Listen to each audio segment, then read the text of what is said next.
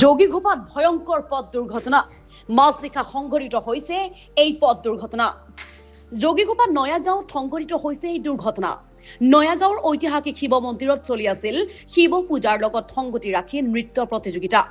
নৃত্য প্ৰতিযোগিতাত অংশগ্ৰহণ কৰা এগৰাকী ছাত্ৰী নিশা 17 নম্বৰ ৰাষ্ট্ৰীয় ঘাইপথেৰে গৈ থকা অৱস্থাতেই তীব্ৰবেগী মটৰ চাইকেলে খুন্দা মাৰে।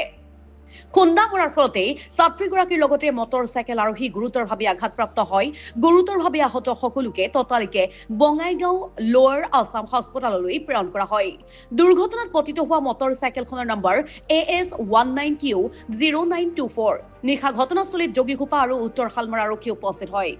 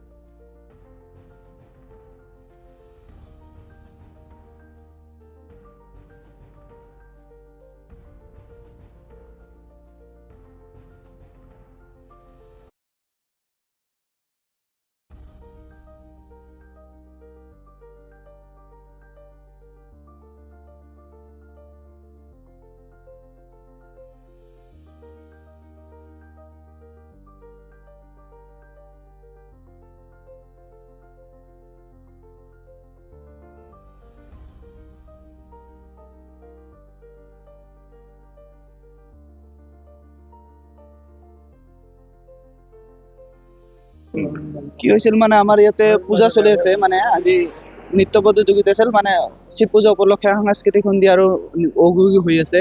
তো হঠাৎ খবৰ পালো মানে হাইৱেত যিটো মানে এটা এক্সিডেণ্ট হ'ল। আহি কিনে আমি চালো দুজন, এটা ল'ৰা আৰু এটা ছোৱালী মানে পৰি আছে। তো তালৈ এখন ভুল কাৰ কেনেকৈ এক্সিডেণ্ট হৈছে এইখিনি আমি দেখা নাই, মানে ইয়াত পৰি আছিল। পৰি থকা অৱস্থাত আমি হস্পিটেল লৈ গ'লোঁ। তথাপি হস্পিটেল লৈ গ'লোঁ, মানে ওচৰৰ হস্পিটেলখন। ইয়াত লৈ যোৱাৰ পিছত হস্পিটেলত মানে নাৰাখিল, মানে ডক্টৰ নাই, ইমাৰ্জেঞ্চি ডক্টৰ নাই। তাৰপিছত কি কৰিল, বাইকেদি, এম্বুলেঞ্চো অহা নাই, বাইকেদি কিছুমানে স্কুটি দি মানে বেলেগ হস্পিটেল অভয়পুৰী নে বঙাইগাঁৱত ক'ত লৈ গ'ল আৰু এইখিনিয়ে আৰু।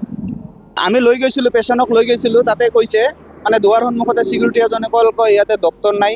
আমি ক'লো অলপ ফাৰ্ষ্ট এডৰ ব্যৱস্থা যদি কি আছে আপোনালোকে কৰি দিয়ক, মানে যিখিনি পাৰে আৰু কি প্ৰাথমিক চিকিৎসা যিখিনি আছে আপোনালোকে কৰি দিয়ক, আমি বেলেগত ৰেফাৰ কৰিম। তেওঁলোকে কয় নাই আমাৰ ইয়াত নহ'ব, ওলাই দিছে। তাৰপিছত আমি সাংবাদিকক মাতিলোঁ, আপোনালোকক গ'ল তাতে, গৈ কিনে তো চালে, যোৱাৰ পিছত নাই, ডক্টৰ নাই বুলি ক'ল। পিছত সেইখিনি আৰু কেইজনমান নাৰ্ছ দেখা পালোঁ, 3-4জনী নাৰ্ছ দেখা পালোঁ। তো ভিতৰত ডক্টৰ আছে নে নাই সেইখিনিও গম নাপাওঁ, যিহেতু আমি ভিতৰত সোমাই চোৱা নাই। তেওঁলোকে আমাক যিখিনি কৈছে আমি সেইখিনিয়ে মানে আপোনালোকৰ আগত, আপোনালোকৰ চাইছে, আমিও চাইছোঁ, ৰাইজ গৈছিল তাতে চাইছে।